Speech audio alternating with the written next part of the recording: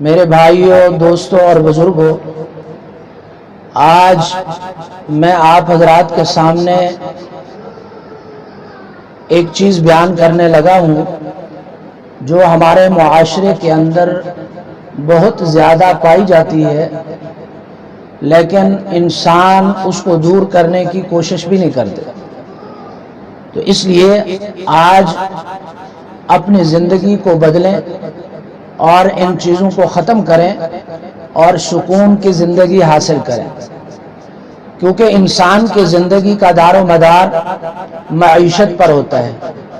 اگر انسان کی معیشت صحیح اور اچھی جا رہی ہے تو انسان بہت سی پریشانیوں سے محفوظ ہو جاتا ہے، اور اگر انسان کی معیشت خراب ہو تو انسان بہت زیادہ پریشان ہو جاتا ہے۔ تو اس لیے آج میں آپ حضرات کے سامنے چار چیزیں بتانا چاہتا ہوں، رکھنا چاہتا ہوں جو ہماری معیشت کے اندر زہر قاتل ہے۔ حدیث پاک کے اندر آتا ہے، آپ صلی اللہ علیہ وسلم نے ارشاد فرمایا کہ انسان کی معیشت کی تنگی کے اندر چار چیزوں کو بہت بڑا دخل ہے۔ ان میں سے پہلی چیز حدیث پاک میں ارشاد فرمایا کہ نوم الصبیحہ، صبح کی نماز کے فوراً بعد سو جانے سے انسان کی معیشت بہت زیادہ کمزور ہو جاتی ہے، اور اگر معیشت ہو بھی صحیح لیکن اس کے اندر برکت نہیں رہتی۔ تو پہلا معیشت کی تنگی کا سبب وہ صبح کی نماز کے بعد سو جانا، یہ انسان کی معیشت کو خراب کر دیتا ہے۔ اور دوسرا وہ سبب جو آج ہماری معیشت کے اندر ہمارے لیے زہر قاتل بنا ہوا ہے، وہ ہے قلت الصلاۃ۔ صلاۃ کے چار معنی ہیں۔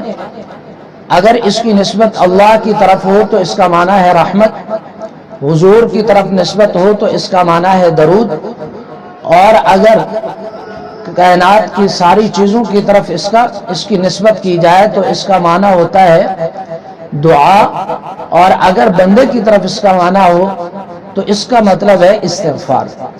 تو قلت الصلاۃ میں یہ ساری چیزیں آ گئی۔ آج ہم نماز بھی کم پڑھتے ہیں، اسی طریقے سے اللہ کی ذات سے مانگنا بھی کم ہے، اور اسی طریقے سے حضور کی ذات پر درود پاک پڑھنا وہ بھی کم ہے، اسی طریقے سے دعا کا مانگنا وہ بہت کم ہے۔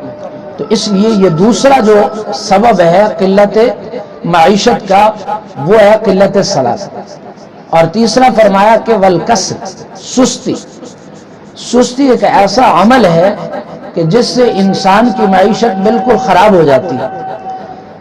سستی سے آقا صلی اللہ علیہ وسلم نے پناہ مانگی، بلکہ اپنی امت کو اس بات کا درس دیا ہے کہ سستی سے پناہ مانگو۔ حدیث پاک میں آتا ہے کہ اللہم انی اعوذ بک من الکسل والعجز والجبن والبخل، کہ یا اللہ میں آپ سے سستی اور عجز اور بخل اور دل کی سختی سے پناہ مانگتا ہوں۔ تو اس لیے ہم کوشش کریں کہ سستی کو ختم کریں، اپنی معیشت کے لیے جو جائز اسباب ہیں ان کو اختیار کریں تو انشاءاللہ معیشت کے اندر بہتری آئے گی۔ اور چوتھا جو نقصان ہماری معیشت میں ہوتا ہے وہ خیانت ہے۔ آج ہم دنیا کے اندر جتنے بھی شعبے ہیں اس پر نظر ڈالیں تو ہر بندہ خیانت میں مبتلا ہے، اور یہ اس خیانت کی وجہ سے معیشت کم ہو جاتی ہے، ختم ہو جاتی ہے، تنگی آ جاتی ہے۔ تو اس لیے اگر کوئی آدمی ڈاکٹر ہے تو وہ اپنی ڈیوٹی پوری کرے، اسی طریقے سے کوئی آدمی تاجر ہے تو اپنی تجارت کے اندر پورا تولے اور پورا لین دین کرے۔ اگر خدا نخواستہ امانت کے اندر خیانت کی گئی تو اس سے بھی معیشت تنگ ہو جاتی ہے۔ تو اس لیے آپ حضرات سے گزارش ہے، جس بندے کے اندر یہ چار چیزیں پائی جاتی ہیں یا ان میں سے کوئی ایک پائی جاتی ہے تو اس کو اللہ سے معافی مانگ کر دور کرے۔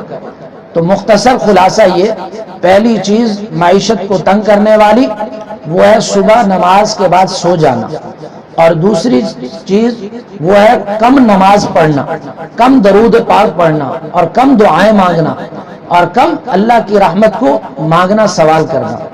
اور تیسری چیز سستی ہے، سستی سے آپ نے بھی پناہ مانگی اور پوری امت کو سکھایا کہ اس سے پناہ مانگو۔ اور چوتھی چیز جو ہے وہ ہے خیانت۔ تو اس لیے اپنے جسم کے اندر خیانت کرنے سے بھی بچیں، اپنے مال کے اندر، دوسروں کے امانتوں کے اندر، ہر ایک چیز کے اندر خیانت سے بچیں، تو دیکھیں کہ آپ کی معیشت کیسے بحال ہوتی ہے کہ نہیں۔ تو دعا ہے کہ اللہ رب العزت ہم سب کو عمل کی توفیق عطا فرمائے، آمین ثم آمین۔